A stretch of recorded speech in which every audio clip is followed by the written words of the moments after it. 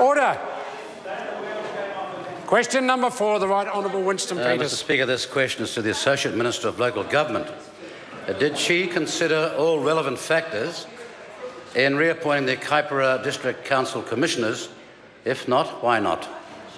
Mr Speaker. Honourable Louise Upston. Yes. Supplementary question. Supplementary question. The Right Honourable Winston Prior Peters. to making her decision, did she discuss with the Commission its decision not to take action against Becker Carter Hollings and Ferner Limited concerning that company's involvement in the Mangawhai Wastewater scheme cost blowout of tens of millions of dollars? Mr Speaker. Honourable Louise Upston. Mr Speaker, in coming up with my decision to extend the term of Commissioners, I met with them and others and took into consideration a number of issues and challenges that the Council faced. The two biggest issues that I considered were the effects of the uncertainty of the Local Government Commission's reorganisation proposal and unresolved legal proceedings related to the Mangawhai community. Point of order. Point of order, the Right Honourable Speaker, Winston. I'm asking specifically... Order. I'm going to invite the member to re-ask that question. Thank you very much. Prior to making her decision, did she discuss with the Commission its decision not to take action against Becker Carter Hollings and Ferner Limited concerning that company's involvement in the Mangawhai Wastewater scheme cost blowout of tens of millions of dollars? Honourable Louise Upston. Mr Speaker, one of the matters that did come up in my discussions with the Commissioners was the issue of Becker. I'm advised that having considered the matter carefully, the Commissioners decided that the cost of pursuing a claim with a limited chance of success was not a productive use of ratepayer funds, and that it was reasonable to call time on this stream of work.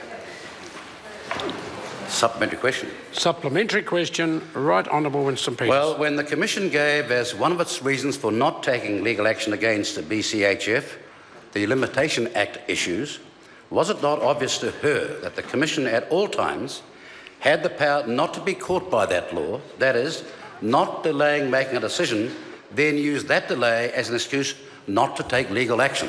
Mr Speaker. Honourable Louise Upston. Members of this House will be clear about the very complex challenges that the Kaipara District Council faced when the intervention was put in place in 2012.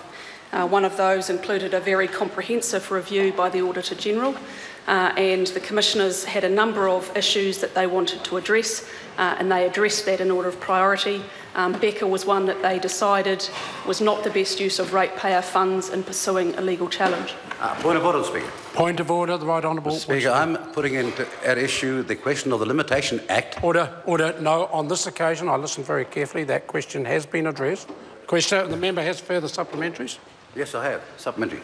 Supplementary question, Right Honourable Winston Peters. What investigations has she or her government initiated into the appalling circumstances behind the sewage scheme cost blowout, thereby demonstrating to Kaipara ratepayers and voters the simple principle of accountability to both of those groups?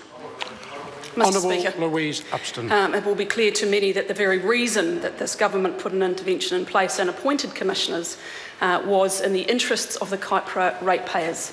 As you are well aware, Mr Speaker, there was a significant blowout and mismanagement of a project of a wastewater scheme, which has been investigated by the Auditor-General, who is an officer of this Parliament. The ratepayers are paid. Supplementary question. Supplementary question, Right Honourable Did she consult with the local Member of Parliament before making her decision to reappoint the Commission? If not, why not? Mr Speaker. Honourable Louise Upston. I consulted wide and broadly in coming to my decision, and as that member knows, I gave him the courtesy of a phone call before the announcement was made, and I've offered to brief you in my office on the issues. I would welcome the opportunity to discuss it with you in detail. Supplementary question. Order. Supplementary question. Point of order. No, supplementary question. Supplementary question. Now for the truth. Right Honourable Winston.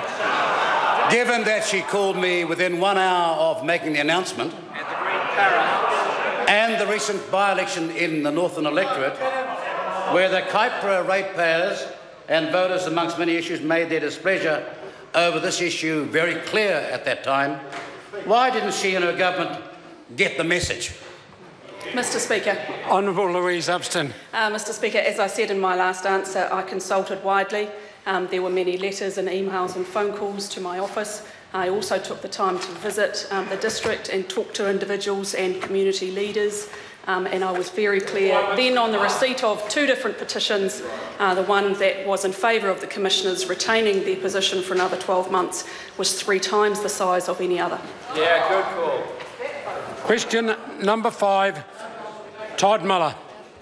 Thank you, Mr. Speaker.